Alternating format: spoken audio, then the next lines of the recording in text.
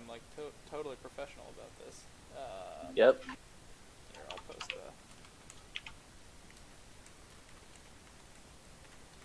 Is this week Cool. 7 or week 6? This is week 8. So we're recapping week 7 then. Yeah. Um,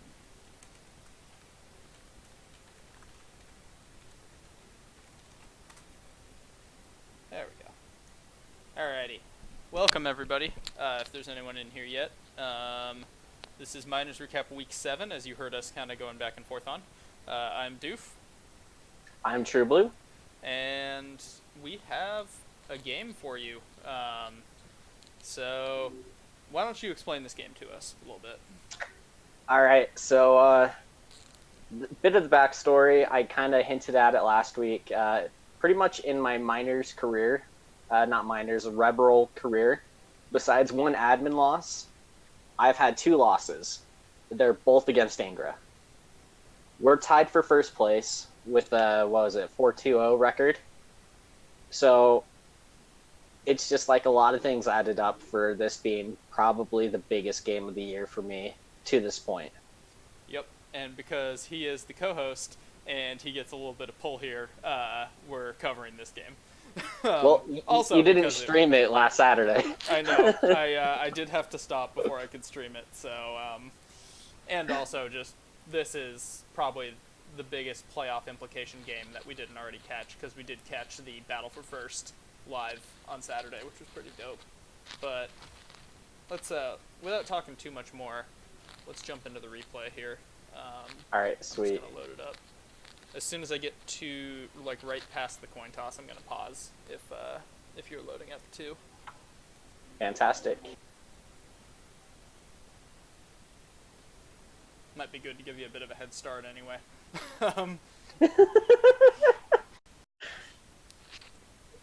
Yeah, you're gonna catch up, and I'm gonna be like explaining stuff, and you're like, dude, that's like 4 moves behind. Yeah. Alright. So this is, of course, Salty Chips versus Ghoulbusters. So Angra versus True Blue. 2 excellent coaches that have been just crushing it all season and have gone head to head. And I am at setup. All right, cool. Yeah, so they're setting up right now for me. I made a minor mistake. So I won the coin toss. I chose to defend first. That was a pretty big thing in my game plan, was defending first this game. Mm-hmm. I fucked up. I made sure to keep my thrower off the field, but I didn't move the unskilled lineman in place of the Roger on the line of scrimmage. Yeah, I noticed catcher that on pretty. the line is that's a free hit, but Yeah. he does have But- dodge, so hopefully not too bad. Yeah. But, So it could have been a lot worse. Just a minor mistake. I just can't let it get to me. I noticed that he's kind of setting up heavy on my right flank, his left flank, and I have a kick player. So what do? I kick to the opposite side. Yep. And that quick people, snap. Sometimes people do forget that. Just to do a quick overview of the teams, True Blue's team, so far so human, has some nice stat ups. Quick snap. That does allow him to kind of position a little bit more forward, it looks like is what he's doing. But back to your team, plenty of guard, which I like, plenty of strength ups, which I also like. Agility 4 is always nice on teams that don't get it standard. Looking at Angra's team, it's a very well-developed Dark Elf team where the development is spread out quite well. Yeah. And that's a big thing, I think, for him. Yeah. So the thing about Anger's team that I really like is that there's a lot of blodge. Yeah. And if he was facing anybody else, it'd have a lot tougher time than me because I have so many tackle. Yep. So I noticed you have not gone for much Mighty Blow spam, which a lot of people kind of fall into the trap of doing this. I was gonna fall into that trap, but my mentor told me guard wins games. Guard So I absolutely took guard. wins games. Mighty Blow is great, but if you can't punch people, then it's a dead skill, and guard allows you to punch people. Yeah. So again, he's charging up my right sideline though, my right flank.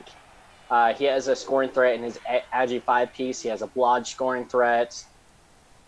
So the thing that I like right now is that he's kind of overcommitting to one point, where I could potentially split his team in half. Ooh, So that pickup failure is pretty critical for him, actually. And he snakes it, so...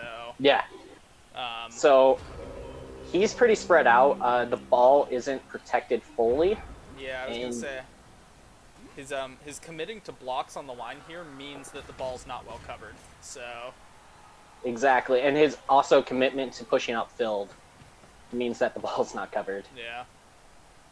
So I'd move my strength 3 guard piece catcher in between two players. I support him with a stand firm tackle piece, just trying to slow down that assault. I did a hit over here with my strength 4 piece. That's going to be obnoxious. I didn't quite follow because I wanted to see where I could potentially go afterwards. Couldn't really do much. That lineman positioning was absolutely huge to the right of the ball. Yep. So, are you going to try to pick this up now? You are. And... Yeah, so I try to pick it up, and I do the GFI, and this is a play that I think I really like, but it was just bad dice. Yeah. Punishing me, but... Is it 3 ones in a row? GFI failed, dodge fail. Oh no, just, GFI dodge. That's Yeah, an interesting... it doesn't show the extra GFI. It's a...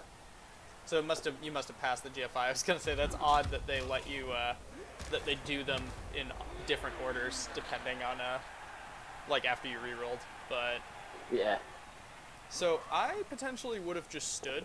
I mean, to So be fair, my thought it was a 2 process plus 2 was, plus, so it's like yeah. it's not like it's unlikely to succeed, but I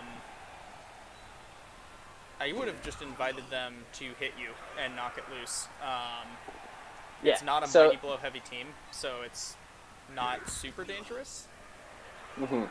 Um, Yeah, that was definitely a thought that ran through my head, but I really liked pulling back a little bit more yeah. because then I'm supporting him better, and I have a True. better chance to steal and score True. instead of just steal.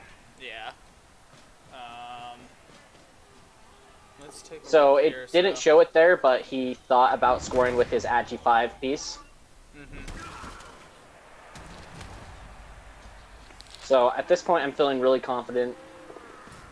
I have him playing my game and not his game. And Yeah, he wanted a fast score, and not only have you not given him that, you've also kind of enveloped his team.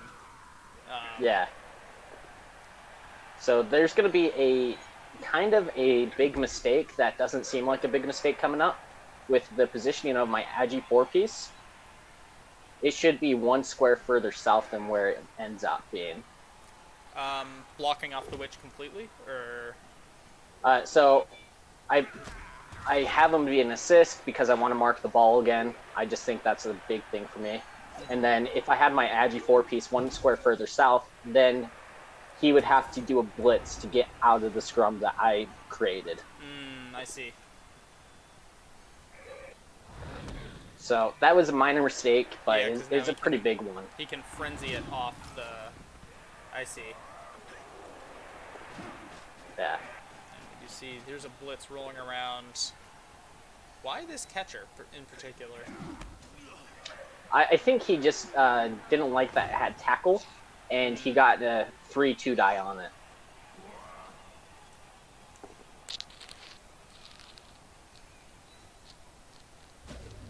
But again, he's playing my game. I'm still a little bit worried about the potential scoring threats, but Past a less worried. Yeah, it's interesting because past a certain point, you almost can't stop the elves from scoring, but at the same time, if they score too early and you can answer, then you get the ball tied up at the half and you're feeling great about your game. Yeah. So this next turn, for me, I was looking to be a bit risky. I knew that he had scoring threats, and I just said to myself, well, I just want to put the pressure on. I don't know if he's going to commit to a score early, and if he does, I'm completely okay with it, because then it gives me lots of time to respond, you know? Yeah.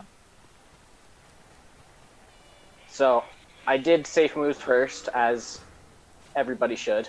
Oh yeah. So I was just trying to mark up as many people as I could, set myself up in positions where I'd benefit myself, try to create more of a scrum in the middle. So I'm just looking to put pressure on that ball, because the more pressure that's there, the better off I am. Frenzy. So I didn't stand up. Peace. Yeah, I didn't stand up that catcher because I wasn't sure exactly what I had in mind with him just yet.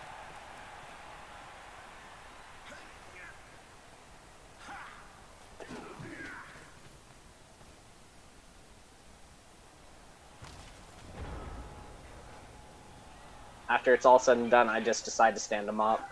Yeah. And then I just marked the Agi 5 piece. That was not going to do too much, but I didn't want to keep my catcher near tackle. Yeah, I mean, he's probably not going to commit his blitz to that catcher because the Agi 5 piece still catches on a 2+. Yep, and then I have an extra reroll chance to intercept it. Yep. With catch, too. Which is Yeah. nice. So his turn actually really cemented that I was in control for the first bit, because he actually moved every single player out of scoring range, which I thought was a mistake on his part, but it happens, you know? He pulled back. I don't... Keep in mind I am not an elf coach, but I don't hate it because elves can score very quickly, and he's still got 4 turns, which is plenty of time, but yeah, the main the thing is that it changes the way that I play it. It completely changes the way that I do all of my movement. It's just like, all right, I don't have to worry about a potential score right now. I can be more aggressive in all of this. Yeah. Well, it gives you the ability to start playing for just blocking the score completely. Yeah. Before, it was really just trying to force him into pushing the ball up the field and scoring quickly. Now that he's pulled everything back, you can do stuff like this and punch witch elves. Yep. Ooh, and that's a big injury. Yeah, it was a huge injury. That was a little bit riskier of a blitz, but I was willing to commit a reroll to it just to put tackle on the ball. Mm-hmm. And then immediately a foul. I like it. Yeah. I scummed a bribe, so I might as well use it. Yeah. And the positioning of my dirty player on that foul was big, because if he didn't get set off, because I get a 2-die block, exactly. Yeah. I forget, does that still count as a minus roll on the foul, even though he's based up, or...? No, because he's based up, it doesn't matter. That's right, so no downside whatsoever to that. Exactly. So it was going to be the same percent foul no matter what I did, so I chose the positioning. Yeah. Ooh, reroll forced out. So he's just down to 1, which is probably not a great feeling. But he has managed to kind of stabilize and screen off a little bit. It's not a perfect screen, but... Let's see, 1, 2, 3, 4, 5, 6, 7... Yeah, it's enough of a screen. It's enough of a screen that I can't get a hit on the ball, but I was very confident in marking the ball. Yeah, you can get pressure on, for sure. And, again, that's my game plan right now, is how much pressure can I put him on. Yep. Because the more pressure that I put him on, the better off I am. Alright, I like this, moving around to make scoring as difficult as possible.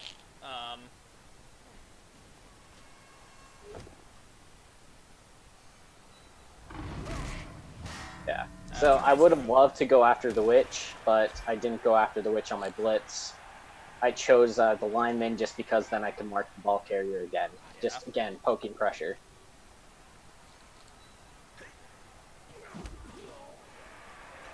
So basically what I was doing is I just was doing my best to make him either A, roll dice in dodging out, or B, roll dice in dictating his blitz. Yep.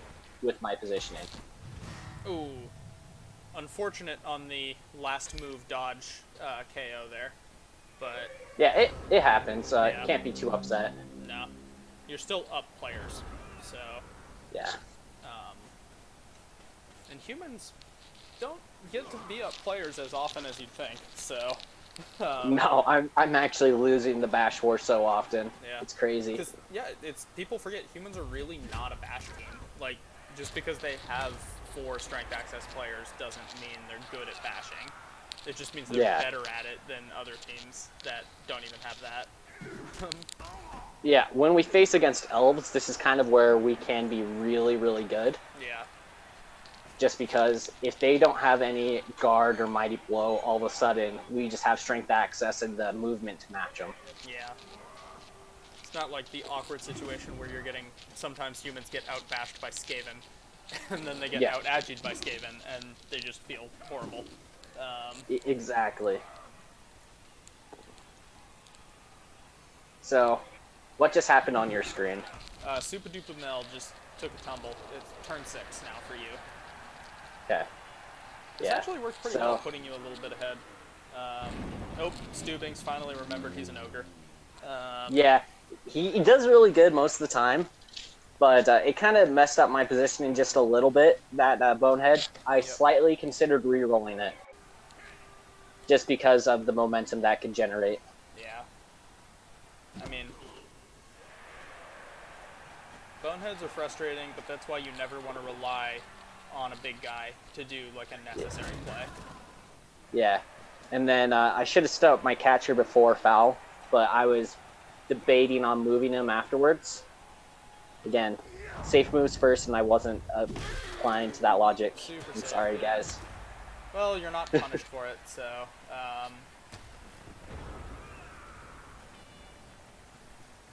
So Yeah. now he's got So- me panicking. That said, he's got clear avenues to make scoring threats. It's just by now he'd be trying to score in an ideal world. Yeah. So it's making scoring threats instead of actual scoring. Yeah. It gives me a chance to actually win, and just by denying any potential score, I misplay it a little bit. Spoilers. Let's see. Let's see what he does here. So that ball is wide open. As it currently stands, yeah. That's a nice armor break if he doesn't come back. Let's see. Can he? It's not really covering off the ball. Yeah, he Ooh. covers it up. That Yeah. Forced to burn the reroll to do it though, which is not what you want. Yeah. So he does a pretty good job of covering up the ball. I had no easy shot on it, Yeah. and then I make a bad play where I should have. This turn 7, I should have played it differently. I need to look at it more in depth to really see what I should have done.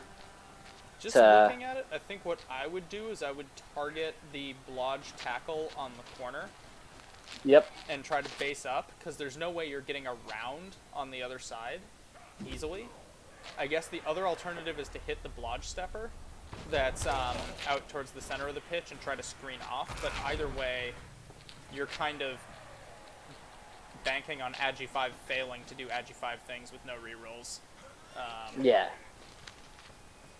So my big mistake was that I didn't support my stand firm piece.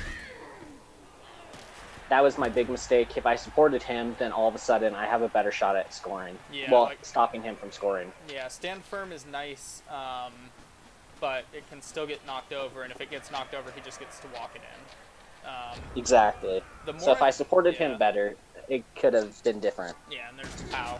So, the more I think about it, the more I'm thinking if it would have potentially been better to hit chip the blodge stepper that was out towards the center, and given your players a little extra room to come around and try to screen off.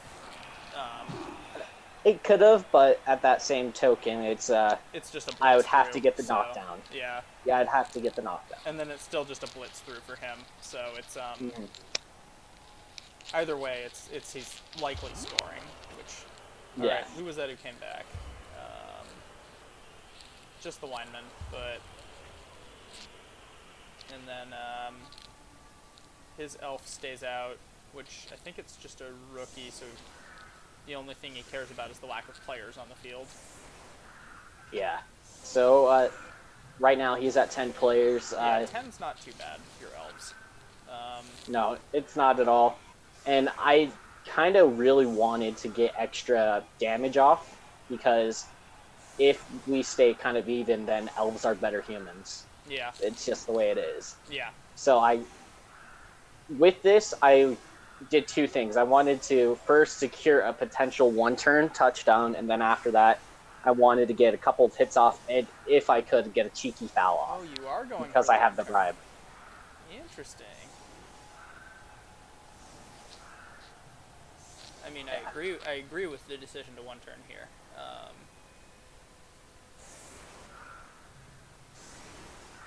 One turning, of course, is difficult with anybody. Humans not the easiest team to one turn with because they don't quite have the crazy amount of agi skills that elves do, and you lack a grabber or a sidestepper to make it easier. But yeah, but I do have Frenzy, which helps out a lot. Yeah, Frenzy's huge for it. You get a reroll, which I guess is meaningless because you've got one already. Yep. There's push. Alright, don't tell me how this goes. I'm actually curious. Yeah, so just watch. Alright. So that's one of three.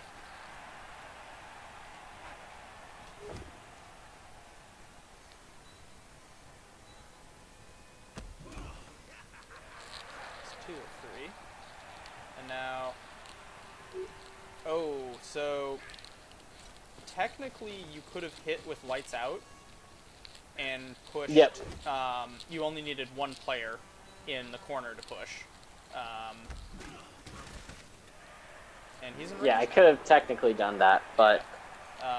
Although I guess it not a huge deal, because you had more than enough players to handle this. Yeah. I am nitpicking.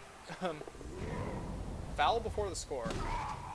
Yep, this was purely because I did not cause enough damage in the first half. And because you had a bride. I forgot about that. Exactly. So, okay, never mind. I completely agree with that. Yep. And now it's just a pass. He just dropped the ball on my screen for a moment, which was funny. Oh boy, here it goes. Oh. Yeah. Oh. So, I mean, failing the one turn, yeah, Agi 3, but failing the one turn, it puts me in a big disadvantage where he isn't playing as aggressive defensively, so I can't punish him as much. Yeah, so now it's just, I have to force I have to be really aggressive both offensively and defensively in this next half if I want to have any chance at winning. The good news is Super Duper Mel does come back. The bad news is he's defending with a full 11. So, and your bribe is gone. Yep. And it unfortunately didn't do anything for you. So. Yep.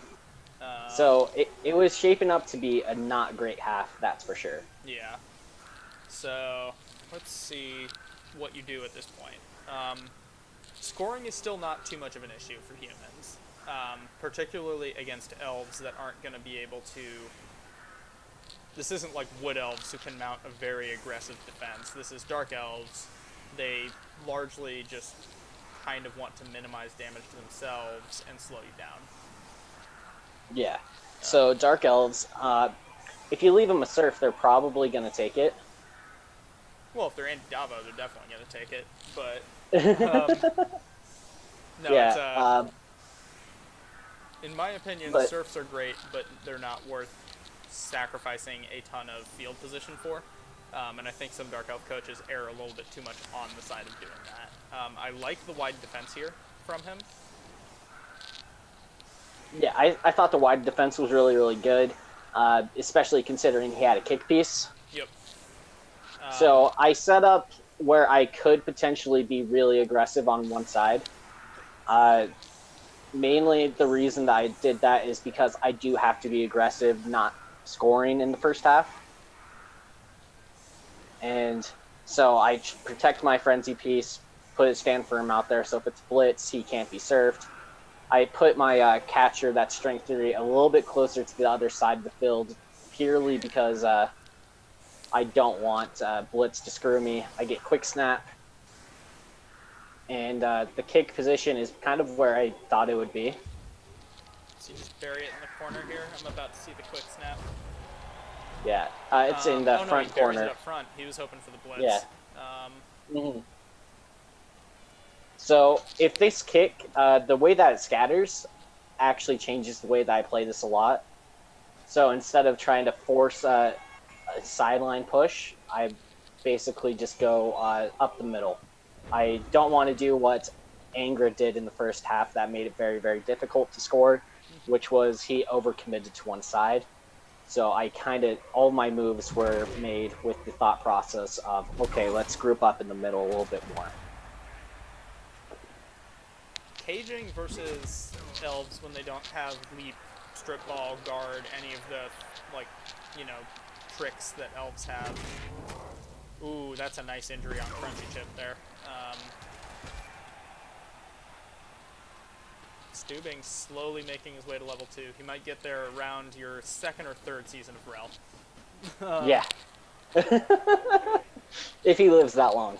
He probably won't. Rel is brutal to AV9. There is so much claw. Yeah. So I go cheeky foul again because, hey, why not? Yep. So you just picked up the ball, and yeah, you've got a decent foul on that guy. Yep.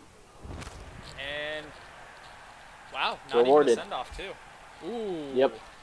That's a big one too. Well, it's a rookie, so it doesn't really matter, but it's still, that's 70K he has to replace now. Exactly. So that play that he did, I wasn't a huge fan of because the blitz that he did with the strength 4 witch elf, if it failed, then his next plan is completely foiled, which is putting pressure on the ball carrier and blitzing the ball carrier. Yeah.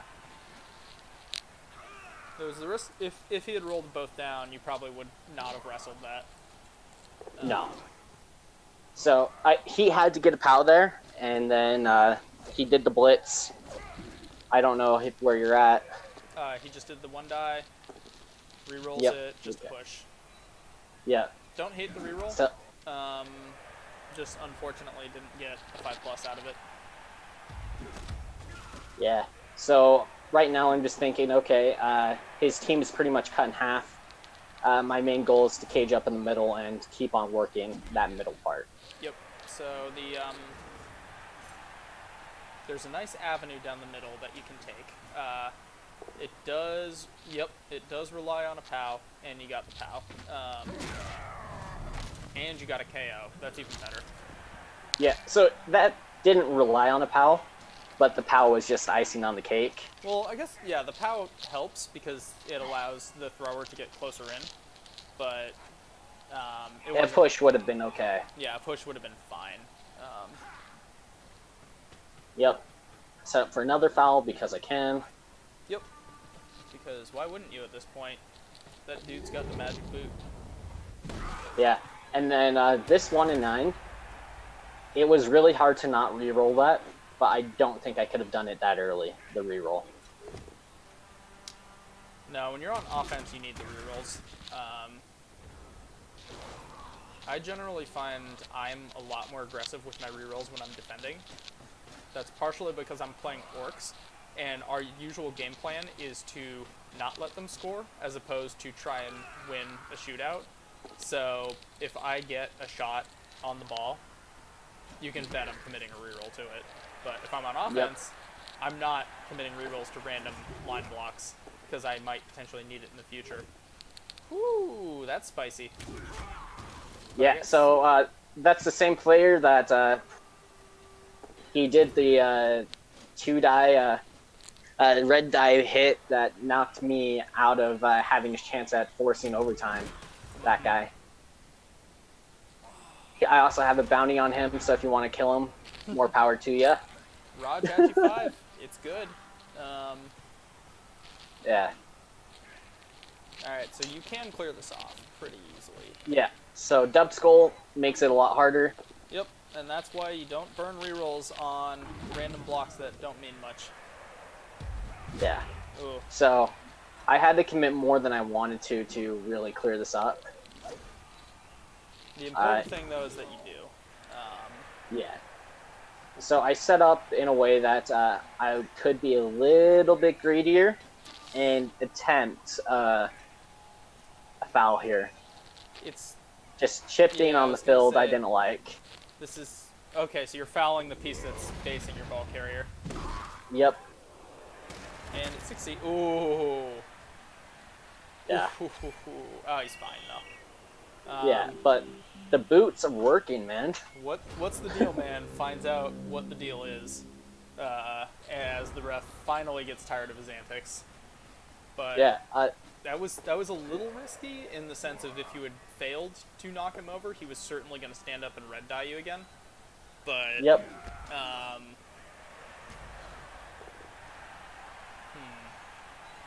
Yeah. I felt like I had to do that because then it's just an easy blitz that he could do. That's red die. Yeah, I was gonna Wrestle. It works out a lot, so I can't- had to do the foul. say, I can't think of a better place to put the thrower because there really wasn't one. Yep. Here's another red die. Ooh. And he committed another reroll to it, so So- he's out of rerolls so 3 here's turns the in thing. to the second half. Back a couple turns ago, I said being more aggressive with rerolls on defense is fine. Blowing all three That's almost in 3 too turns aggressive. is not being more aggressive with rerolls. It's being too aggressive with rerolls. Yeah. Nice pow on the. Nice armor break on the witch elf there. Yeah, and then I have another small mistake coming up with the positioning after I knock down the wrestle dodge piece. Let's see. So let me get here. So you're gonna hit the Roger. You're just trying to pin elves, which I think is good. Yeah. So I didn't put him sandwiched between Joey Bosa Yeah, and so my he guard can, piece. he can stand up and just run out. Yep.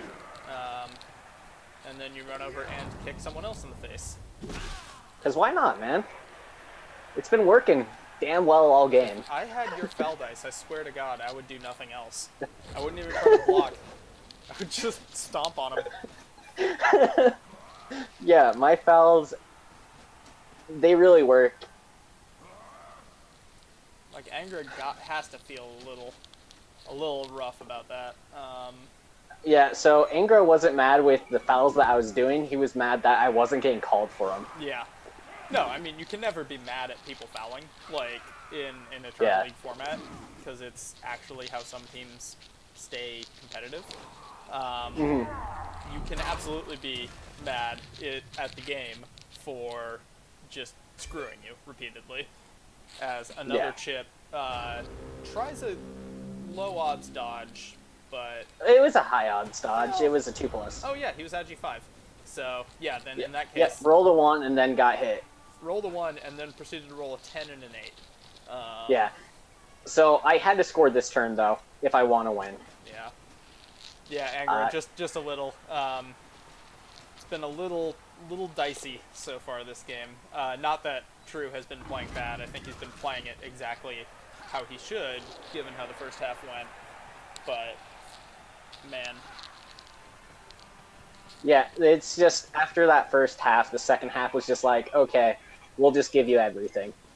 Nuffle was just like, all right, you've suffered enough, which is weird because normally he doesn't say that. He says, suffer more. Yeah. So I put my catcher there just in he case fell. I won in 36. I still have a chance at scoring. Yeah. So now I have 3 turns to steal and score to win a game, and he has 4 turns to score his elves. Yep. So still a chance for both. I think you're in a much better position than you were at the half. Especially only 1 of 2 coming back, and I believe it wasn't the Agi 5.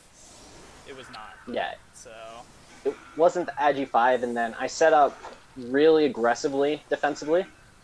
this is actually I don't usually do it this way. Yeah.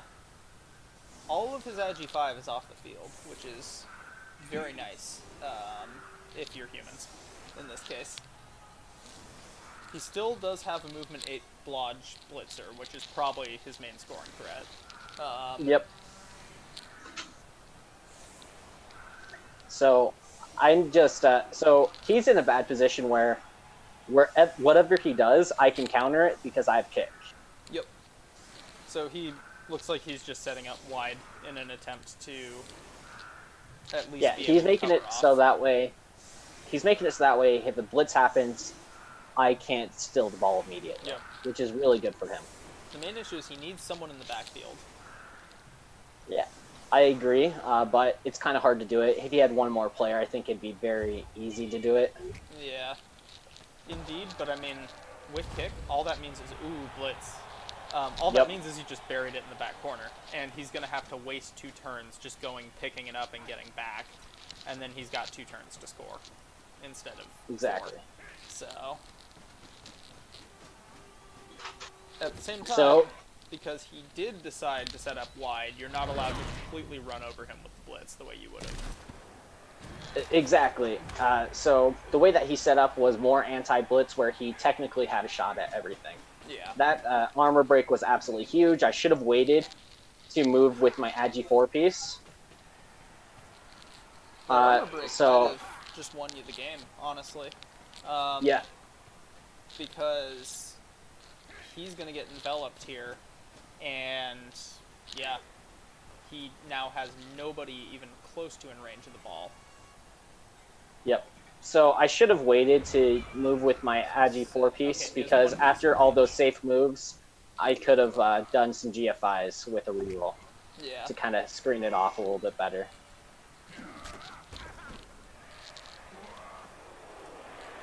This has now become the hardest game for him. Ooh. And Yep. the ones are just not helping. Oh my god. Yeah. Nuffle abandoned him. And the Apo finally drawn out, which I think reasonable at this point in the game. Yeah, it was an MNG. You don't want it to be an MNG. Yeah. I wonder if an aggressive Apo on the badly hurts earlier might have been better, although that's more like playoff Apo strats. But Yeah. so you're not going for the pickup with the Agi 4. Is that because you're trying to get someone else the touchdown, or Yeah, Joey Bosa, he was at 2 SPP away from scoring, gotcha? so he took priority. If he wasn't so close to scoring, if he was 4 away, I would have given it to my Agi 4-piece. And you're also just not failing rolls ever at this point. So, but I mean, more I- practically, you had a plenty of rerolls to commit to making sure he picked up the ball. Exactly. Um, It was a riskier play, but one I felt very comfortable doing.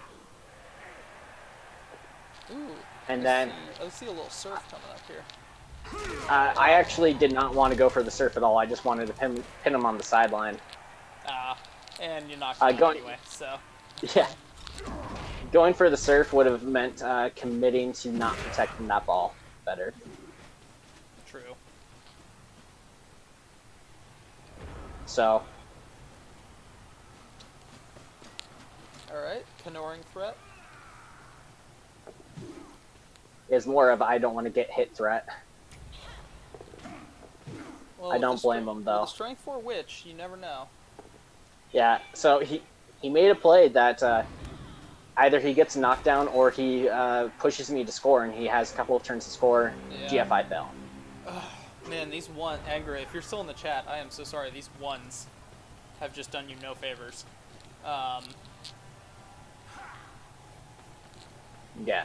True So has this is done the Go correct ahead. thing. True has done the correct thing and just taken merciless advantage of you for it.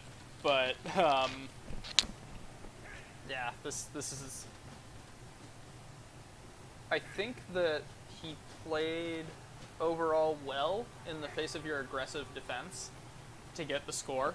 And I think that he had the right idea when he was going to aggressively try to turn you over. He was playing for the win. He didn't want you to grind down the field and score with only a couple turns remaining.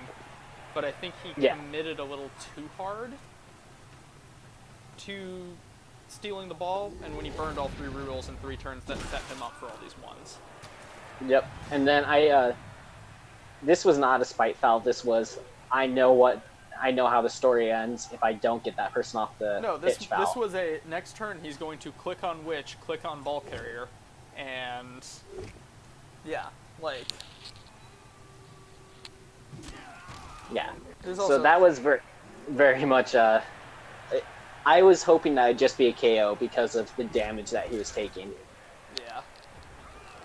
And also, it's just in Eternal League, there's no such thing as spite fouls because you're playing teams you're likely to play again at some point, sooner or Yep. later.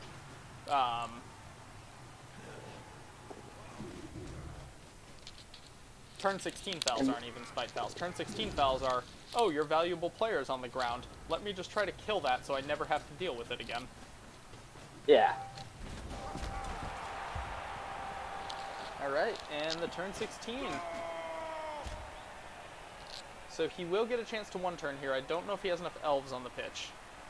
Yeah. I set up anti one turn pretty well.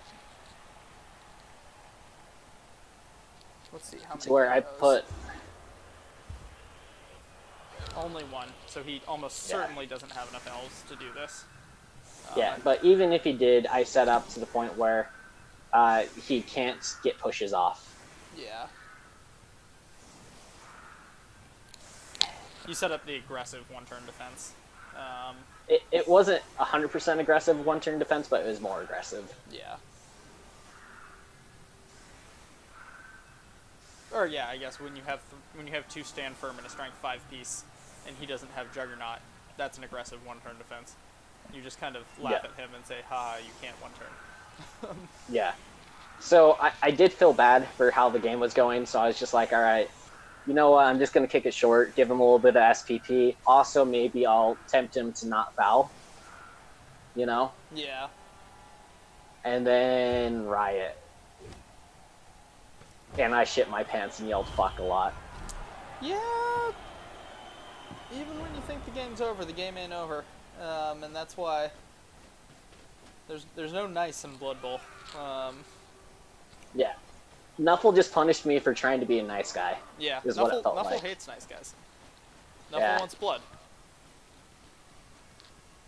So the good part is he has just enough players that he can only send up 2 scoring threats. And I severely outman him, so I'll be able to set up 3-die block on one of them, and then I'll be able to kind of completely engulf the other. Yeah, you can just engulf both. Like, really, all you need to do is a line of players in front of both of them, and then they can't even dodge through. It still could dodge through. So basically, I was just trying my best to make it so that way there's no chance in hell that he was going to win this. Yeah. And at the end of the day, he made a very smart play that had a 1 in 6 chance of scoring. Which, if you would have told him turn 16 that he had a 1 in 6 chance of tying the game, I don't think he would have believed you. Yeah. Well, I mean, you take every chance the game gives you. Yeah, so I should have positioned these guys off of it because I kind of left a chain push out there. Yeah, that's the one problem with just enveloping him completely like that, especially when there's witches on the field. Because witches. So I should. Those are just cheeky players, especially Strength 4 one. Witches will do this to you. It's Yeah, and on his blitz, he needed not a knockdown. That's what he needed. He takes the dodge, hoping that I wouldn't activate it. I had the choice. I said, all right, I'm just going to take the hit. You still have 3 tackle zones on you. Yeah, it's the pass is not. I mean, I would have done the dodge and run into the end zone. Well, the GFI fails, seals it, but I think I would have taken the dodge out. So it's a 4+2+, I think, into the end zone, and then just run as far up the field as I could have and hucked it at the guy in the end zone and prayed. Wouldn't have mattered either way because the first die he actually rolled was a 1, but I think there were options there, but I think well played by both Angra and you, of course. Yeah, I think really the big critical thing that swung the game there was Angra burning through his rerolls. in the second half too quickly, and then just Yep. not having him when the critical roles came up later, and Yeah. you know, you forced him into positions where he had to make those critical rolls, and he couldn't do it. So, Yep. but yeah, with that, we are going to dive right into our prediction results from the previous week. All right, and first off, Walk of the Atonement, it has not been scheduled yet, but just know it's going to happen. For shame, guys. Yeah. For shame. We will demand some sort of compensation from them for leaving us hanging here. But we'll get to them in a moment. First, let's take a look at Balthor's Bashers versus Lizards Anonymous. All three of us, you, me, and Ozzy, all predicted a Balthor's win, and Balthor's did not disappoint. Yeah, this was a game where Lizards was down 2 Saurus, so Oof, yeah, if you predicted anybody but Balthor's Bashers, it would have been kind of an upset. Yeah. To be fair, it looks like he gave almost as good as he got on the blocks, 50 to 48. So he was punching just as hard. It's just Balthor's got Some 3 punches KOs. hit harder. Yeah, 3 KOs and Yeah. 5 injuries, 1 KO and no injuries that the Wizards inflicted. Yep. So my guess is either a bunch of those punches from Balthor's hit skinks, or Urban Dyer's AV9 was a lie. But yeah, overall, wow, only 11 armor breaks, and 8 of those were removals. That's pretty impressive, actually. Yeah. And then 4 armor breaks, one of them being a removal. Yeah. That's sad for Lizards. Yeah, that's unfortunate. Not too much to write home about. Well, it's certainly something to write home about for Balthor's, but a 1-0 win is about what I expected from that match, is what I was trying to say. Next up, Blitzy Ricks versus Teenage Bottle Rocket, and it was a tie. Yeah. I didn't have a chance to watch this game. That Agi busted Peace gain MVP, that sucks. Yeah, that's a bummer, but... And Ryu And Rada's leveling. pretty happy, though. Chaos Dwarf taking the MVP and leveling. I'm not happy at all. Guys, kill his Chaos Dwarfs, please. What did he get on it? I'm curious. I think he got Mighty Blow. Mighty Blow. Mighty and then Blow. his Bull Centaur rolled movement and he took it. So that's an interesting piece. I like it. I like it a lot. It comes with Sprint and Sure Feet built in. That's a movement 10 piece. Yep. For all intents and purposes, on a team that's normally quite slow. So, Yeah. He gets it break It's tackle, and it's a really fun piece to play with. Yeah, it has potential to be really, really good as a ball carrier. Yeah, very much so. But yeah, Urban Dyer, let's just take a look at, or not Urban Dyer, Cap for Blitzy Ricks. Let's take a look at his team. Only 2 dead pieces this time. Yeah, Just kidding. Only 1. only one. I think that's an M&G. Yeah, it's just his- an M&G. He's fine. The Agi busted guy is gone already. With 160k, he'll definitely be replaced. I mean, overall, Yeah. it's a nice Dark Elf team. A lot of Agi ups. Both Witch Elves are developing a little bit. He's got a couple guard pieces, which is always great when you're Elves. Ton of Blodge. So we'll see. That possibly is enough for a bit of a late push in the season. Maybe not for Yeah, playoffs, yeah. but to be playoff spoiler, certainly. Yeah, I think this is a team that nobody wants to play now that's not on the downswing. Yeah, it's definitely looking good for majors. So I think if Yeah. I'm Cap, I'm playing to limit damage and maybe just ruin someone's playoff hopes. Yep. All right, Old World Wardens, Fluffy Fighting Force. Do you know when that's scheduled? I think for tomorrow sometime. Okay, so they'll play. Sometimes life happens, and you got to push a game back a little bit. So Yeah, we but will that doesn't mean that the Walk of the Atonement won't happen, guys. we will for cover shame. that. We will cover that in the previous week, or in the next week's recap. Next up, Rebel Orcs versus Snuffles Unfavored. All three of us picked Snuffles Unfavored, but I don't think we were picking them to win by this much. No, this was a game where I think we were picking Knuckles unfavored just because we weren't sure how the Orcs were going to keep pace. And it just didn't feel like they kept pace that well. I thought it'd be kind of a 2-1 game. Maybe a 3-1 if you got lucky, but the Orcs, I thought, definitely had a chance. It's possible that there was a blitz roll on kickoff, one of the kickoffs, and the Elves just did elf things on top of that, and it just snowballed from there. But, Yep. I mean, the big thing is only 2 KOs and 1 injuries inflicted by the Orcs. They did not remove enough Elves in order to make a difference, which sucks when you consider that the Orcs are built to be a killy team. It's a killy Orc team. It's mostly Mighty Blow. Yeah. Only 1 guard piece. Don't remind me. I have to play that guy.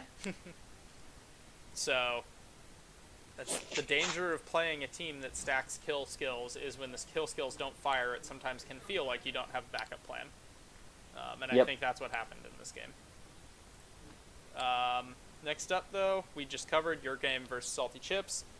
Again, we were all unified on that, so we all got points.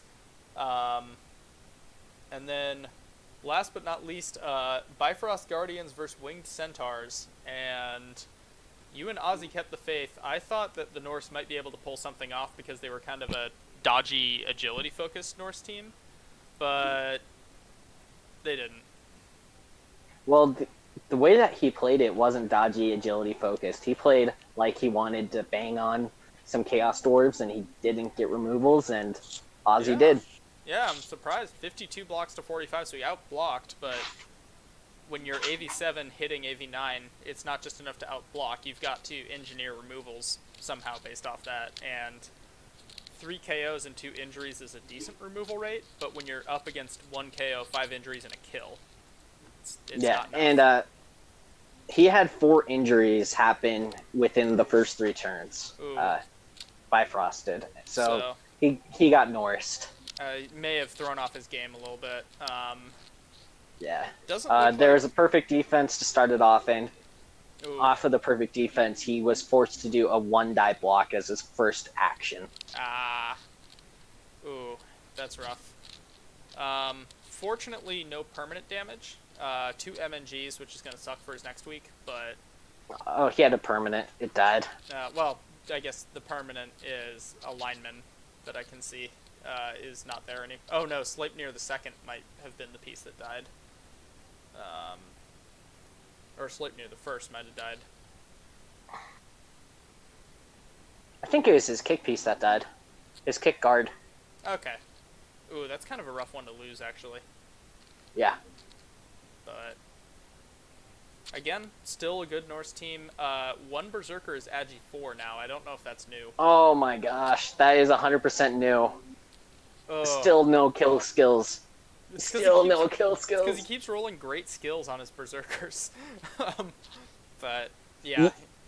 You have to put your foot down and say, no, Nuffle, I'm gonna kill things. Yeah. Agi 4 on a Berserker I still think is great. But, yeah, he needs a blow on both of them next. I don't mind it, but, man, it just puts him so far behind the curve where he needs kill skills because his game plan is literally Frosty kill something, and if Frosty doesn't kill something, he's gonna lose. Yeah. Because he has no kill skills. Yeah, it's kind of a rough spot to be in. The Ulfs are developing nicely. He has replaced both the Niggled ones, which is pretty good. Loki the Runner is coming along nicely. I would think he would want Sure Hands next.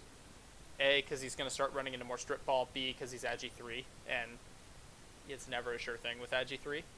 But yep. Yeah, it's a good team. Let's see if Ozzy got anything cool. What did I don't think he got any. He got a level. He took tackle. On a bull. I like that. If the bull's going to be his main blitzer, that's a good thing to get. He's got a Claw Palm Chaos Warrior now. Or Chaos Blocker. Chaos Dwarf Blocker. He had that going into last week. That would be why he did so much damage. Surprisingly, it wasn't. Really? Yeah. Well, go figure. Um, God, that's a lot of really scary Chaos Dwarf blockers. Yeah. So if anybody is out there, please kill Chorfs. I don't want to face them. Yep. Yeah. Moving on. Please Moving kill on. Chorfs. Yep. So you guys both picked Ozzy to win. I picked Bifrosts. I was wrong. Let's take a look at next week, and I'll talk about the final point totals when we wrap up Europe. But next week, we have Old World Wardens versus Balthor's Bashers. What do you think?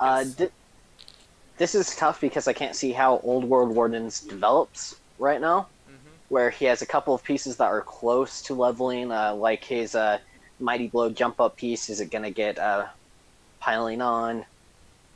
He has a Ghoul that's agility up, that's almost leveled. Just looking at it, I don't know who's going to die, who's going to level, but I'm going to go with Tetsuya. All right. I think I have to go with Tetsuya as well. Just again, the skill of the coach, and he's going up against a team that doesn't have Claw, so can't just out. Although it's going to be tough for him to. That's a lot of guard. It's a lot of guard. That's a lot of guard. He does have 2 Strength 5 mummies. They'll still be able to hit things, most likely. And really practically, though, Tetsuya's team is very well developed. He's got really good skills on ghouls that's going to allow him to run around the dwarves. And he doesn't care if the dwarves punch zombies all day. And the dwarves are going to have to punch through a lot of zombies before they get to anything juicy. Yeah. I think it's going to be a close game. It's going to be probably a 1-0 win, in my opinion. Yeah. I could see a 2-1 if, just due to Tetsuya having the Agi4 Ghoul, the Blodgestep Sure Hands Ghoul. He's got fast pieces, so if he lets the dwarves score, he probably doesn't care that much. I do think if there is a game that King Forget About Him is fearing, the AV Busted Mummy, it's this one. But I think Old World Wardens will win. And Ozzy agrees with us, so we're unanimous again. Come on, guys. Where's the drama? I know. Will we find it in the next match? Teenage Bottle Rocket versus Knuffles Unfavored. Ooh. That's a fun matchup. That is pure agility versus going pure bash. That is... And it's developed pure bash, too. Yeah, the agility has a good amount of agility, though. Yeah. He has a level, so he's going to have a couple of Rogers, Agi 5-piece, a kick piece, and that's just his lineman. He's missing Undercover War Dancer for this game, which is a bummer, because that's a good piece. Yeah. But, the strip ball. Does he have a piece that can counter that? Oh, does Ryu have a Sure Hands piece? Because I know Ozzy does. Ryu does not. Oh, he does. He okay. does. So Noya is going to be the ball carrier for most of the game, probably, to avoid Dancer shenanigans. Yep. I gotta say, I think I still believe in the Dancer shenanigans, though. Okay. How about you? I think I'm going to go with Ryu. There we go. Yeah. He has enough Mighty Blow, enough tackle, and then when he knocks him down, he's going to follow him. So. Yeah, I mean, I think this game... I think this could be a Pyrrhic victory for the Wood Elves, where they win, but they really regret it. Yep. But we'll see. Having watched a few games of Grumpelstiltskin play, I think he's a very competent Wood Elf coach that has not had the best luck sometimes. He actually kind of reminds me of Zim from my season of Miners, where Zim is a fantastic Wood Elf coach that Knuffle hates. Just doesn't allow him to pull. He tries to do the same plays that like Morka or some of the other really good Wood Elves do, and the dice just don't let him pull them off. So, but at the same time, there's a good coach behind that, and he's been having a little more luck recently, so I could see Knuffles Unfavored run up the score in this one again. Yeah, he he scored what, 6 touchdowns in the last 2 weeks? Yeah, he's on a bit of a roll right now. No, okay. So wait, he no, he lost to Tetsuya, but he scored 3 touchdowns against Skaven, lost to Tetsuya, then beat Rebel Orcs 3-0. So 7 in 3 weeks is still a pretty good tear. Especially since the one he did lose was against one of the playoff contenders. So it's maybe not as shocking there. Yeah. But, alright, so Ozzy thinks Nuffle's unfavored as well, so you're outvoted here, but we'll see how the game actually turns out. Next up, Lizards Anonymous versus Salty Chips. And I have to think Urban Dyer's pretty happy about the state that you handed Salty Chips to him in. Yes, he has to be happy, but at the same token, it's going to be tough for him regardless. Yeah. Actually, I think he's just happy that... It's only 2 MNG linemen. I retract that. For some reason, I thought you had gotten more perms on deadly pieces, but... Nope. But I think that he's happiest about finally getting his Saurus back. He had potential to go into a big death spiral because of Ozzy. Yeah. Ooh, yeah, he finally does have everything. Hans the Skink will be missing, but he's probably okay with that. That he skink is deserves to getting be glue at little this point. bloaty. Yeah. Yeah.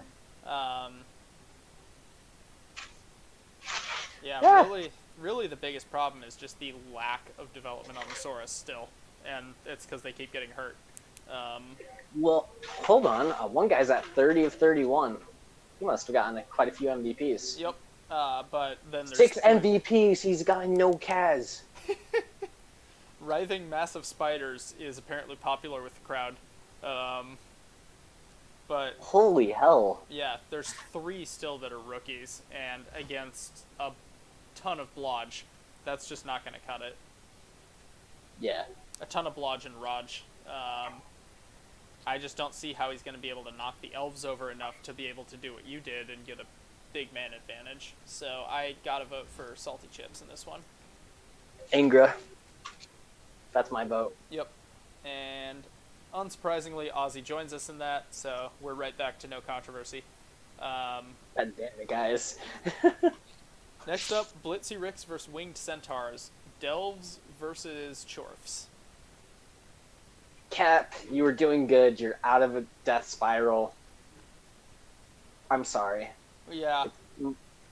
It's going to come back. This is the worst team to face right when you think you've stabilized, in my opinion. Yep. Is a really, really killy bash team that is just going to run over you and has so much tackle that he doesn't care about your blodge. Yeah. Could Cap steal a win if... I think... Even if it's, a win with half a team at the end of it? It's definitely possible. He has enough agility 5. Do I think it'll happen? I'm going to have to lean on the side of Ozzy in this. He just has enough killers where he has a claw, mighty blow, piling on piece with tackle. Yeah. Your blodgers aren't safe. No. He has his bull centaur with block tackle. You can't really potato up the field. Chorfs are they're interesting in that way because ostensibly they're a slow bash team. So in theory you can run around them, but they're a slow bash team with interesting positionals that make it harder to just out-position them. In the form of the 2 bull centaurs. It's a fun team. Yeah. So I think Cap's saving grace is that there isn't a full 6-man Chaos Dwarf blocker side. Yeah, he will be missing 1, but... It's still hard to just compete with that. I have to go with Ozzy. I think I do as well. So, I expect Ozzy chose himself. He did as well. So, again, no surprises here. Next up, though, we already have a little bit of controversy. Fluffy Fighting Force versus Bifrost Guardians. I picked Bifrost Guardians before because I just think that the Norse will be able to play their game against the Skaven. Mhm. AV7, even with no Mighty Blow, AV7 1, is still 2, paper. 4, Um, 5, 6, 7, 8, 9. 2 loners. That puts you at 1360. Okay. I was he'll just get doing some math. inducements. He might be able to scum Cheney if he really cares about winning this game. I And don't know if he even scummed Cheney. Uh, Chainsaw could also be a thing. Um, Chainsaw could be a thing. yep. And I, Fluffy I Fighting Force, although they have a movement 10 gutter, it's not a natural one-turner yet. So, yeah. it took a couple levels before it got its plus move, so it's going to be slow to get its sprint. Yeah. So I'm really intrigued to see what the piling on Mighty Blow piece, the Palmer, that can do it on Fluffy Fighting Force. If he can get a couple of key removals, he can swing the game in his favor. Yeah. I think with the inducements that the Norse are going to get, and just the fact that Norse can brawl better than Skaven can, Yep. and just the existence of Frosty as a general unit, I think the Norse can take this. The minor thing is the disturbing presence that Frosty has. Yeah. So I'm with you. I think it'll be an interesting game that could very much go the opposite way in favor of Fluffy Fighting Force, but I think there's too many things going in Bifrost direction. Yeah. It's Where he's got he had a bad piece. game. He's got Yeah. Dirty Player. He's got two nice, like, they're not killer berserkers, but they're nice berserkers. He's got guard advantage. He's got a Yeti. He can do damage here. He can do damage.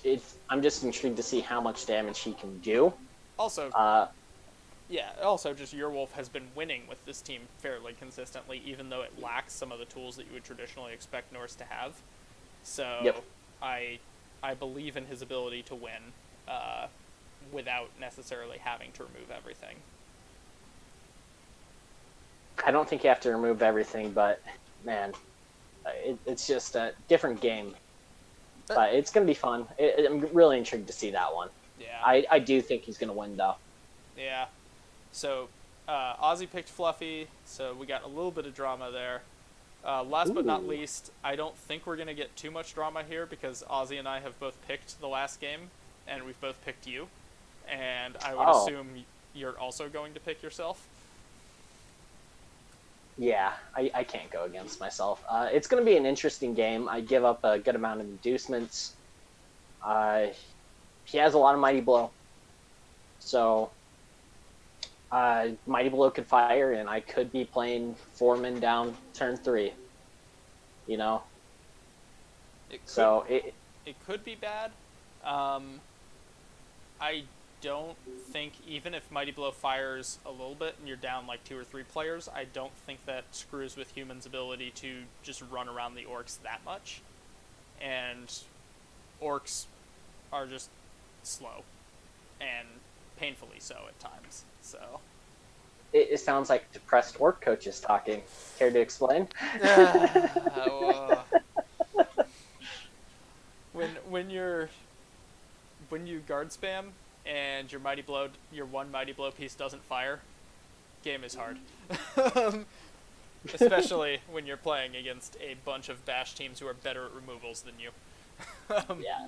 But So the big thing that I was looking forward to in this game is I was hoping that he wouldn't get levels so that way he could get more guard. And he didn't. So 1 guard to my 5. I feel really, really confident. And I have a small trick up my sleeve that is going to be interesting for the game. is that the unleveled Joey Bassa that I see? That might be your small trick? Yes. Alright. Yes. I'm not going to make you reveal what it is on stream.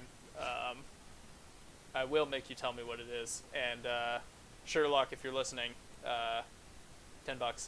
$10 and I'll tell you. No, I'm kidding. I will not.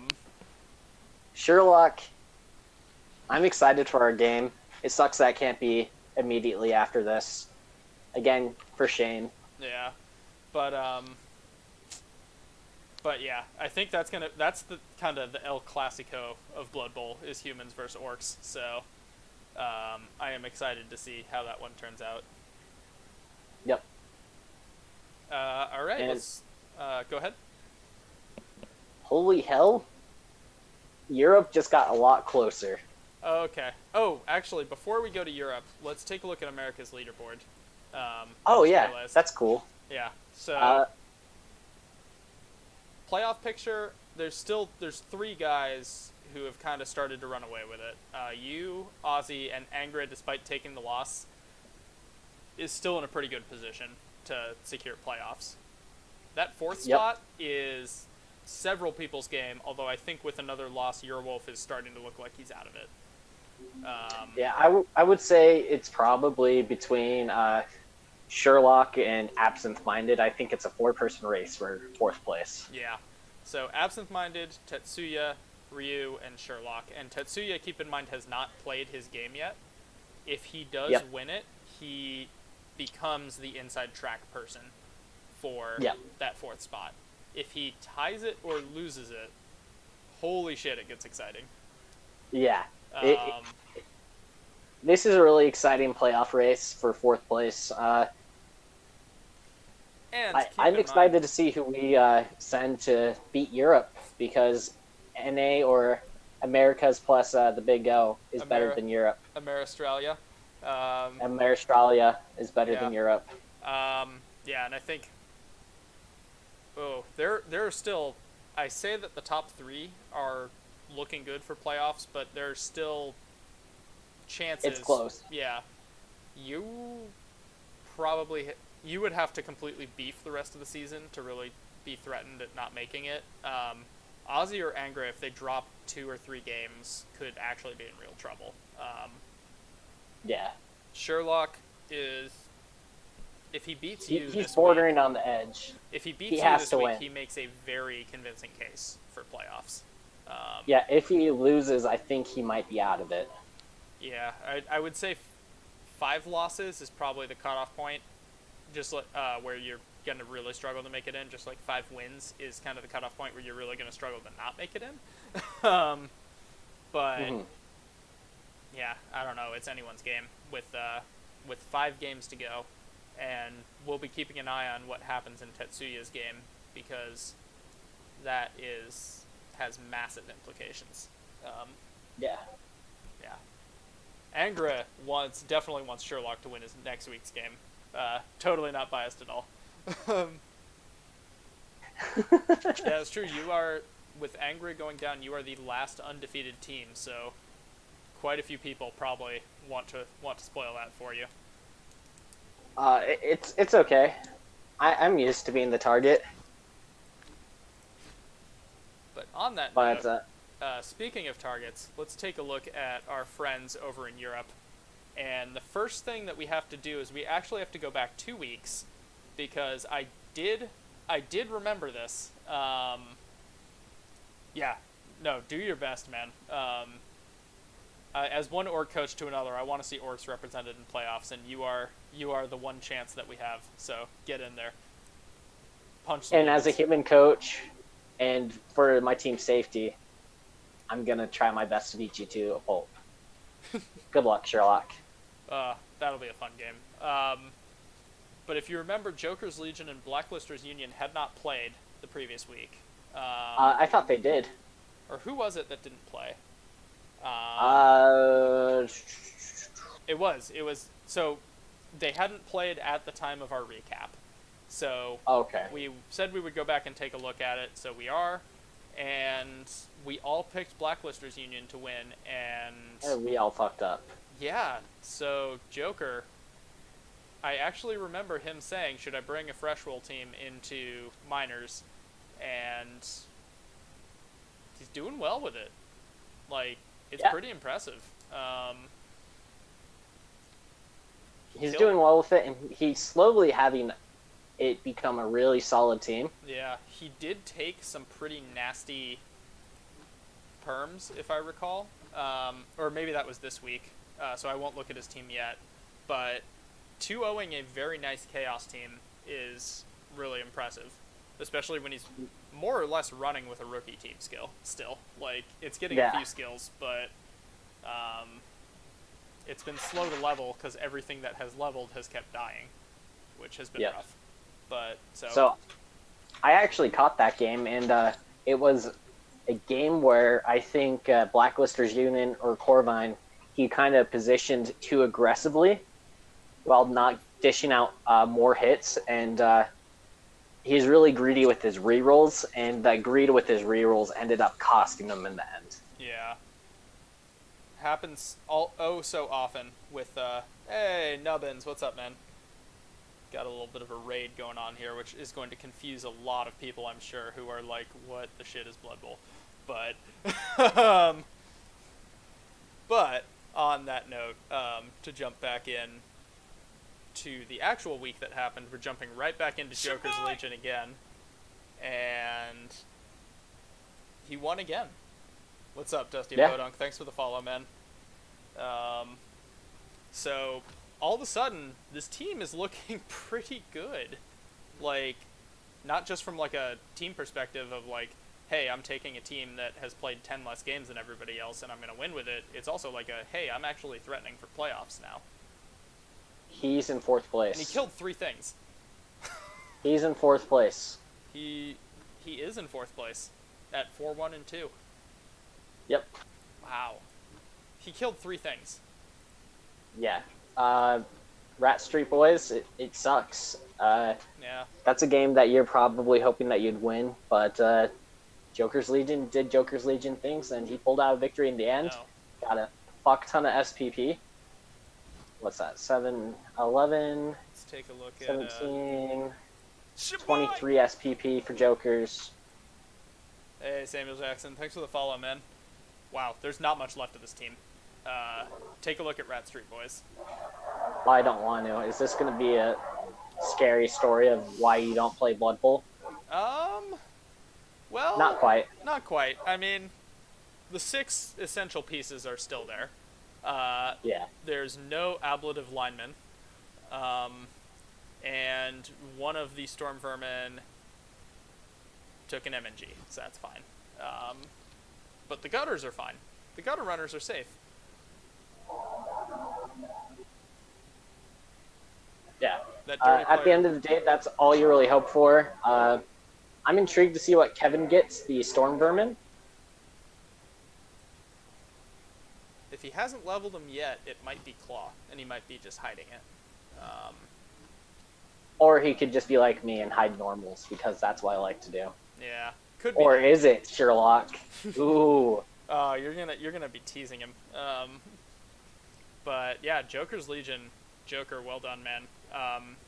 And to look at how we predicted, all of us predicted Rat Street Boys, and all of us were very wrong. So maybe we got to stop So sleeping on Joker gets 17 points, and I think he's ahead of you if that's the case.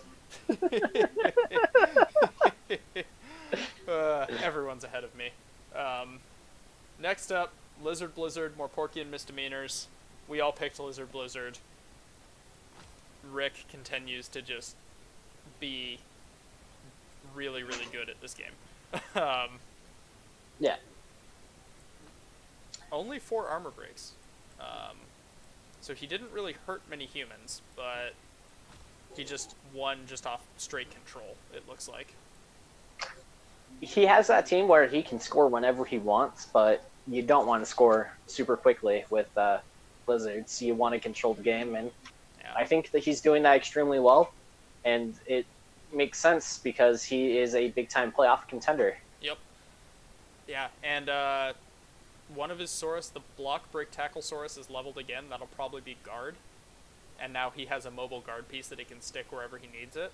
And then Ryan Yep. Reynolds has another level, and he just can't stop making these mutant skinks. Like, he can't stop No. rolling stat ups on him. It's pretty ludicrous. Yeah, so I'm expecting that one's going to be Strength 3 since he has the other stats already set up. Yeah. He, that's the only thing that's missing. Or he just takes Armor 8 for memes. But Don't do that. Don't. Please, no. do it. Do it. Red Velvet Titans, they got the bye. Knobbly Knights, unfortunately, no longer with us, so we won't talk about that. Lavender. There's a level. Oh, there is a level. Who leveled? Seed. Let's see. What did he get? Probably nothing. Nothing yet. So. Nothing yet. Let's see. It could be if it's double, I could see it being diving tackle. Normal, probably mighty blow. Stat, he probably won't take unless it's a strength up. Yeah. Yeah. Just taking agility up. Just get him back to agility 2. Do not do that. Do not do that. I give terrible advice. Lavender Town Library. Gogma's having a little bit of a rough stretch in the sense of he tied. Yeah, and this is actually a really interesting point in the season where, because he's tied twice, like he's already guaranteed playoffs because of the week 11 bye. Oh, you're right. He is. So. But he's at that point where if he doesn't do well in these other games, he could not get the first seed. Yeah, he still has seed to play for, so it's not like he's just going to be trying to avoid damage the next 4 weeks, because the bye week, he can't take any damage. But he is certainly, I think, at risk. I think it's been 2 ties in 3 weeks now for him, which, when you're Lavender Town Library, that's, not performing to expectations. Yep. Which is, maybe a sign of weakness. We might be grasping at straws because we need to make some sort of a storyline here beyond Gogma just kills everybody. But, he can't kill everybody. He has Dark Elves with no mighty blow. He's been killing stuff regardless. It's been pretty impressive. But, yeah, the team is still incredible. No major levels that I saw, but he's kind of at that point where he stops leveling as much. The only thing that's a big deal is China Starmyville is a fresh blitzer, which not exactly what you want at this point in the season when you're running for playoffs. So we might see him try to force some touchdowns onto that piece to level it as quickly as possible. That actually might be a blessing in disguise, because what if that guy gets a double and all of a sudden he has a mighty blow piece? True. And having that one mighty blow Dark Elf blitzer is massive. Yep. Next up, Hell's Doofuses and the Sadomasochrists. I picked Hell's Doofuses. Y'all picked Sadomasochrists. All right, rub it in our face the one time that you got it. I know. I'm gonna take my one moment and say that I believed in Yorick, and Yorick did not let me down. So Yorick, congrats. Hell beat heaven. We didn't actually talk about this more. This is great thematic teams facing each other. It is. As soon as you said that, I'm just like, well, we fucked up last week. Yeah, how did we not see that last week? We really should have done that more. But, yeah, Hell's Doofuses, he got a level on a Chaos Warrior. He hasn't taken it yet, but he finally has a leveled Chaos Warrior, which is exciting. Take block. Please take block. Yeah, you definitely want to take block here. Yeah, I mean, get some reliability from them. As soon as he gets, 2 more with block, I think this team's in a great spot. Yeah. And pushes into a very strong contender for playoffs. Now, he already is a very strong contender for playoffs, but yeah. he becomes a strong contender to actually bring it home. He becomes a strong contender to go deep, because having the Claw Mighty Blow against the other potential playoff coaches is a pretty big edge, and if he can get some reliability out of his team, we've already seen he's an excellent coach, so he could bring it home. Bit of a dark horse candidate to bring it home, but I think he could. Yeah. Last but not least, Blacklisters Union took out a little frustration on the old New York Sewer Rats. I'm sorry, buddy. Yeah, that's... I think he had things die. 3 KOs and 4 injuries. No kills, but some of those injuries might have been perms. Let's take a look at the Sewer Rats. There is a minus strength lineman that Ooh. I distinctly remember that was still there last week when we watched his game. Yep. Well, that guy needs to be fired. He took another MNG you've got the cash to replace him. You should definitely replace him. Fry took an armor bust. Remy took an MNG, so he's fine. Okay, thank goodness. Yeah. Extra arms is actually pretty cool on that thrower. Extra arms on a thrower is fun. I like that quite a bit. And yeah, I mean it's a good Skaven team for not having a huge amount of doubles and other craziness, but it just really hasn't found much luck, and it's just been bashed around most of its time here. Yep. Taking a look at the Blacklisters Union, still incredibly well-developed Chaos team. This is what Yorick wishes he had, and if Yorick had this team, I would think Yorick a very heavy favorite to at least make it to the finals. Corvine. He took jump up. That is the long-term play. Elf, he's already got Claw Mighty Blow, so he'll take block next, because you definitely want block before piling on in this case, but with Claw Mighty Blow, it's not like you're slowing his development too much by taking jump up. You're still risking the 1 in 9s, but don't hate it. I don't hate it, but I wonder if it might backfire. Well, if he starts all apple piesing it all over the place, it definitely backfires. But if there was a time to take the double and commit to taking block as soon as he hits his next level, that was it. Yeah. Well, I almost think that you might take piling on and have a piling on piece, and then the other guy be the reliable killer. Possibly. I think at this point in like development, you want to have one piece that's just your blitzer every turn. And jump up means that he can blitz something, kill it, and then stand up and have a huge range to blitz whatever else he wants. But at the same time, jump up also means he can pile on and then stand right back up and hit something else while someone else does the blitz. So it'll be interesting to see where he goes with that. Yeah. I think I would really like if he took a piling on next and then left the other guy as a reliable blitzer. I can see it. So taking block, then taking tackle is the route that the other guy should take. Yeah, the safe. And then you the have safe way. Yeah. So you kind of go both directions, but you take advantage of having jump up now. Yeah. Oh, it's pretty huge. Cool. So that was the week that was. Let's take a look at the leaderboard because I flashed it briefly and I don't want to tease people too much. Lavender Town Library still on top. That's pretty much unassailable. 5 people, all very close together after that. Yep. Rick, Yorick, Joker, Corvain, Toasterbait.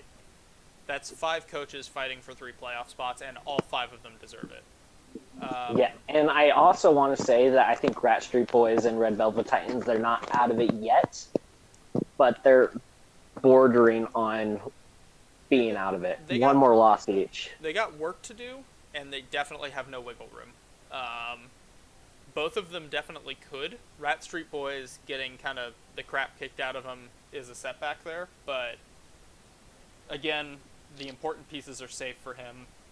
He's going to be able to play some fun inducement game, and Skaven are really good at fun inducement games.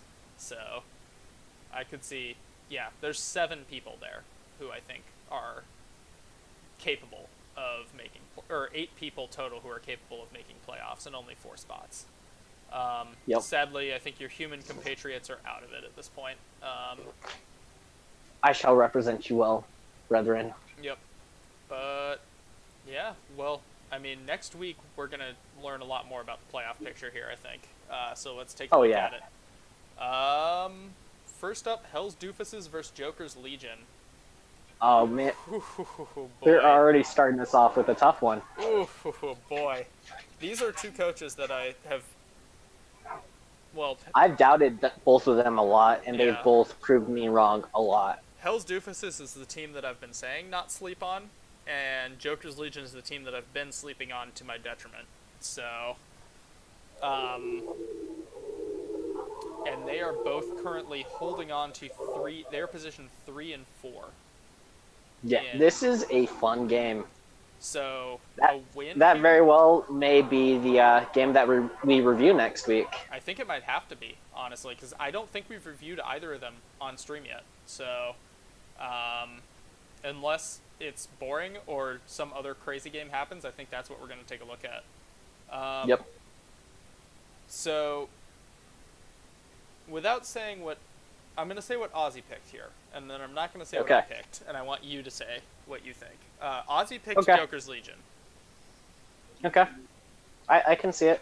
I am going with Hell's Doofuses. All right, and what's your reasoning? So my reasoning is that he's won with a not amazing team. He has a killer, and he just has enough tools, and he plays well enough that I think he can outplay Joker. It'll be a tough game. I think it'll be a very tough game, but I can just see Yorick pulling it out because I have doubted both these coaches, and I'm just going to go with the coach that I've doubted a little bit more, but has had a proven track record with Yorick. I'm going with Hell's Doofuses as well. I think Joker's still lacks a little bit of the tools that he would need to really effectively play against Chaos. He doesn't get nearly as many inducements, so he probably is not going to be able to get Cheney unless he's really committing to scumming Cheney. Hell's Doofuses, Yorick's an incredible coach. Yorick's won against teams with more skills than Joker has, and Joker's team has just kept dying on him, practically. So I could see this being another painful game for Joker, for whom regen doesn't appear to be a thing. Yep. So, all right. Next up, probably not quite as much drama here, but Old New York Sewer Rats versus Lavender Town Library.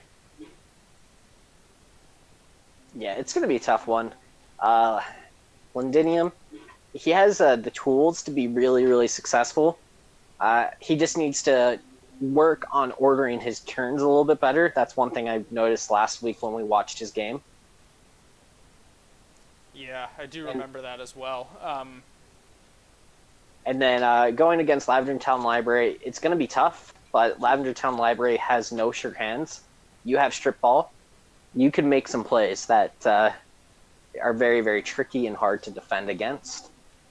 But at the same time, I got to go with Lavender Town Library here.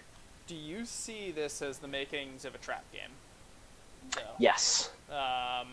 It very much can be a trap game, but I think Lavender Town Library, I am confident that he can pull it out, but it's not going to be easy at all. I think this very much could be a trap game. If Gogma is doing the same mental math that we're doing, he knows that he's locked playoffs. If he's going into this maybe not as focused as he has been in the past, and if Londinium is going into this really focused because he's playing for Pride at this point in the season, this could be, Skaven can score. Old New York Sewer Rats is a good Skaven team. They can score. Yeah. One thing that I wouldn't mind seeing from Lavender Town, since he already has playoffs, if he's willing to risk positioning seed-wise, I would just love to see him just try to level up some players. Yeah. And that's all his goal is to level up players if he is okay with giving up positioning seed-wise. If he's confident in his ability to play against anyone, I think he does it. No questions. Yeah. Next up, Blacklisters Union. That's the bye week. So Corvain gets another week to sort of think about how he's going to approach the last few games of the season, but that is going to put him on Corvain. He's bordering on clinching now. All he needs is one more. Yep. 5-1-2 is a really good spot for him to be going into the last 4 weeks of the season. So he's got to be happy about that. Sadomasochrist versus Lizard Blizzard. Oh, that one's going to be tough. Let's save Ozzy's for last this time, and I want you to start us off. All right, so I think Lizard Blizzard here. His skinks have been keeping him in games that he has no business staying in. His Saurus are starting to catch up in terms of development. Maybe not like incredibly, but at least they're all leveling. I think having that mobile guard piece is going to be pretty big for him. Assuming it's guard. Assuming it's guard. He may pick Mighty Blow, which I think would be a mistake. I think unless it's a double or And it like could a be stat up, he dodge, takes guard. yeah. I think if you're already taking break tackle on that guy, if you roll a double, like, I don't know what you'd take. I don't know if you'd even take the double at that point. I think you'd take guard. You need guard on that Lizard team. But in general, I believe in Rick's ability to use his skinks extremely effectively and use his high strength to control the center of the pitch, maximize his hits, and just generally make the human's life miserable. The Crocs will match up against the Ogre well, because it's just straight up a better Ogre, and the Saurus will be able to punch anyone in front of them. Sadomasochrist's path to victory is just out-elfing the Wizards and using his 3 tackle. Christ on a bike is going to have to put in a shift, skink hunting, if he wants to stay effective in this game. And if he does remove a couple skinks, keep in mind Lizard Blizzard is running with only 11 players. Yeah. So he's got 4 skinks. Every single one that goes down is really painful for him. Yeah. It's going to be a tough game. I think the fact that there is a lack of... You have a perfect opportunity to outguard Lizards here as humans, and it just hasn't happened.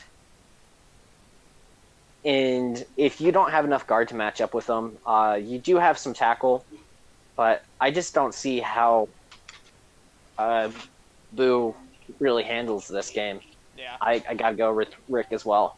And Ozzy does as well. So, unanimous there. A win there probably puts Rick out of reach.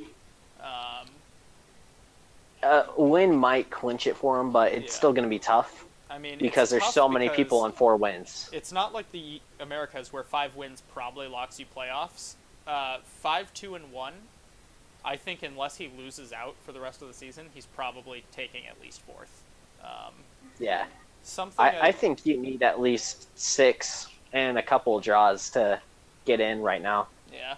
Well, if Gogma currently, you said he clinched with 6-2-0 as the magic number. So 5-2-1 with 1 more win probably locks him. Yep. Clan Nibblers versus Rat Street Boys. So in a Skavenoff, it's a team. Both teams kind of on the bubble right now of playoffs. Toasterbait taking that draw. Interestingly, he was in 2nd last week. The draw dropped him all the way to 6th, which tells you how close this division is. Yep. So all of a sudden, he's going from on the inside looking out to very much on the outside looking in. He needs this win against Rat Street Boys. Rat Street Boys need it even more than he does because Rat Street Boys cannot afford to lose another game. Yeah, this is going to be a very interesting game to watch. I got to go with Toast. I'm going to lock it in right now, but it's not going to be an easy game.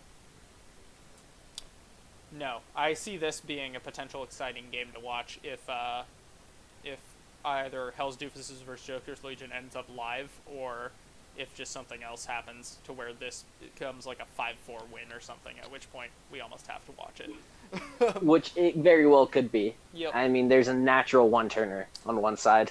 And poor Toast, I will say, I think not using the natural one-turner the way it was intended against Gogma ended up really biting him in the butt.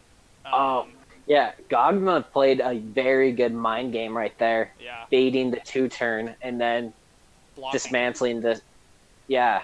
Um, So that was a very good play by Gogma. Yeah. That was... I forgot about it, but as soon as you said that, it's just like, yeah, that was an amazing play call. It was. But yeah, I also think Clan Nibblers, and I think Toast learned a valuable lesson. If Nuffle gifts you with a natural one-turner, you use that until it dies. Every chance you get. I don't agree every chance. Well- There's opportunities to kind of play mind games with your opponent, but Unless you're specifically planning on slow playing because you start with the ball, there's no reason not to use the natural one turner. Let me put it that way. Yeah. If you're answering your opponent's touchdown, there's no reason for that guy to not be on the pitch. Yep. Last but not least, Red Velvet Titans off the bye week are going to get more Porkian misdemeanors. So dwarfs versus humans, and I'm really intrigued. Cairo's What do you probably think? out of it, but Ernadar's almost out of it. So a win by Cairo probably takes Ernadar out of contention. So he does have that to play for. Yeah. A very Blood Bowl coach way of looking at it. If I can't make playoffs, I'm taking you down with me. But and That's the way that you got to do it. Yep. Ernadar, if he wants to turn it around, it has to be now. Yeah. This is the start of the run that I think he can very well make. Let's take a look at Porky his... Misdemeanors has an agility 4 catcher.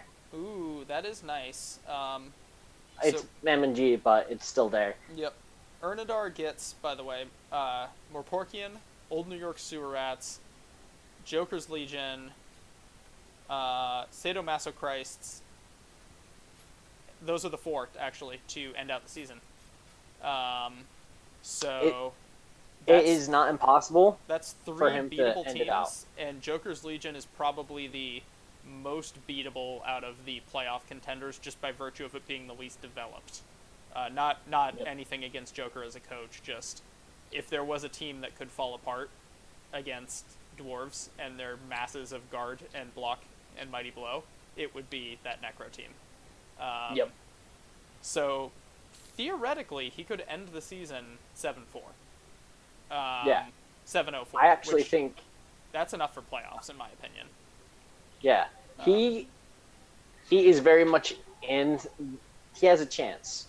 I think the magic number is currently 6 wins and a couple of draws, clinches you a playoff spot. So 7 wins at do So, it then. Yeah, But yeah, he literally has to win out if he wants to make it. which I'm really intrigued. From what I heard, he was a dodge away from tying against Gogma, and it was a 2+ dodge. He's a good coach, and he's got a good team.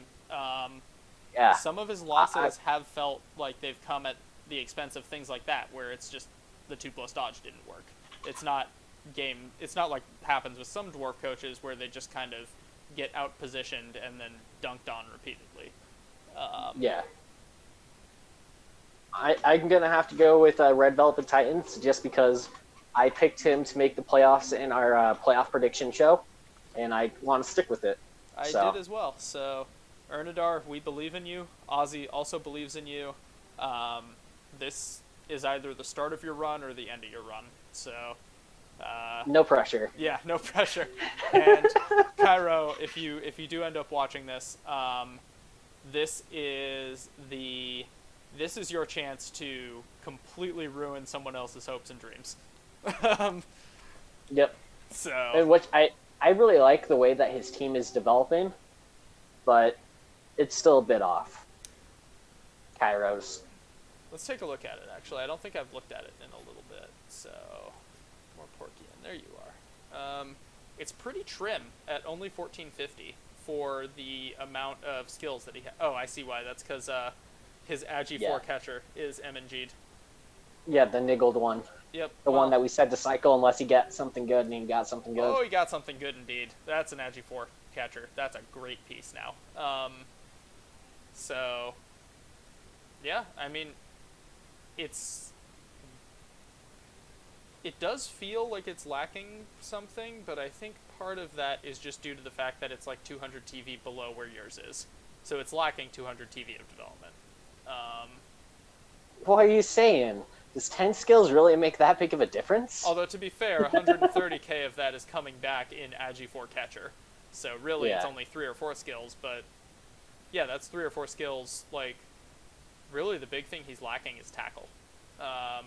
He's only got his thrower. He has one piece. He's got his thrower with tackle. It's not the main piece you'd take with tackle, in my opinion. I would have liked to see, like, kickoff return or something on him, but Yeah, kickoff return would have been awesome on him. yeah. But missing tackle, I understand the thought process that he took. Yeah, I would assume the luggage or Sam Vimes, when they level, will take tackle. Um, one of those two. So we will see. Um, cool. So that is it, I believe. We've taken a look. The playoff picture has gotten spicy. Um, and next week, or the week after, maybe we'll take a look at. Maybe we'll take a little more in-depth look at the playoff picture for each team, and what they specifically need to do. I could potentially run the numbers and try to get you a magic number needed to clinch playoffs. That might be fun, actually. We should do that. But that's all in the future. For now, it's late. I got to get some sleep. I've been Doof. I am True Blue. Thank you guys very much for watching. If you missed this, you can catch it on YouTube. That's right, I have a YouTube channel now. I will upload it as soon as I'm able. It'll probably be tomorrow. I should probably link it on my stream somewhere, so I'll do that as well. But I'm gonna start archiving these shows, and you can catch it. You can check it out there. Thanks again for watching. I will see you guys next time.